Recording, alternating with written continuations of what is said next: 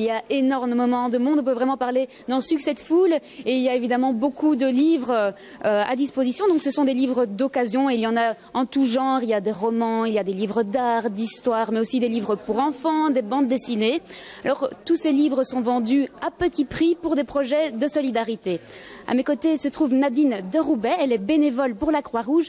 Alors d'où viennent tous ces livres? Ce sont tous des dons de particuliers. Donc des gens qui vident des bibliothèques, des personnes âgées qui quittent leur maison, qui entrent en maison de retraite, des gens qui manquent de place dans leur bibliothèque, des gens qui savent que la Croix-Rouge donne une deuxième vie aux livres et qui nous les déposent par petits paquets, toute l'année ronde, tout le temps. Et tous les bénéfices sont versés à des projets de solidarité. Quels sont ces projets ? Alors, il y a 2 ans, on a participé à l'opération Grand Froid. Je ne sais pas si vous vous rappelez, c'était un hiver très, très rigoureux. Et on a aidé la Croix-Rouge à fournir des couvertures, du café chaud, etc. aux sans-abri. L'année dernière, on a participé aux épiceries sociales.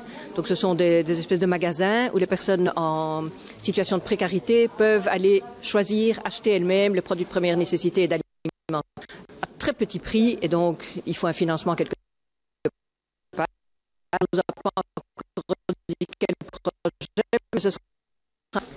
Alors la bouquinerie se tient depuis de nombreuses années, c'est déjà la 29e édition et encore cette année-ci, la foule est au rendez-vous. La foule est chaque fois au rendez-vous, c'est gai comme tout, on a des clients fidèles.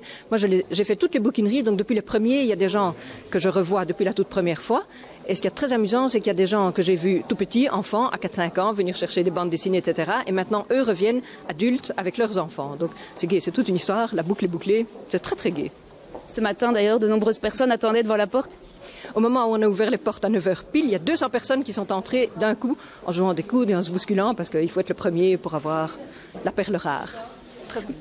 Merci Nadine de Roubaix.